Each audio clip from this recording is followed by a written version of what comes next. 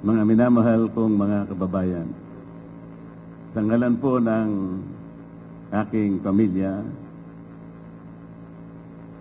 ako'y taus-puso pong nagpapasalamat sa natatanging pagtitiwala na ipinagkaloob ninyo sa akin at sa pagkakataong makapaglingkod bilang isang senador ng ating bansa. Ang tagumpay na aking nakamit ay tagumpay po nating lahat. Para sa akin po, ito ay tagumpay na rin ng pag-iral ng demokrasya sa ating bansa. Isang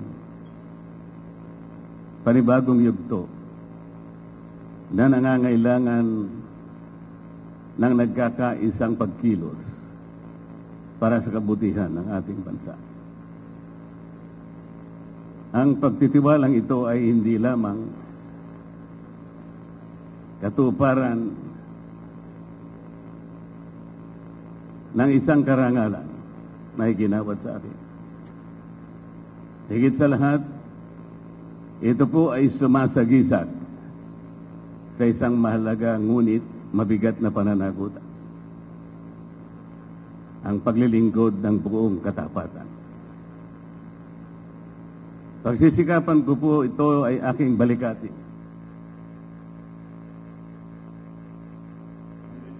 Patunayan sa inyong lahat na ako po ay karapat-dapat sa iginawad ninyong pagtitiwala.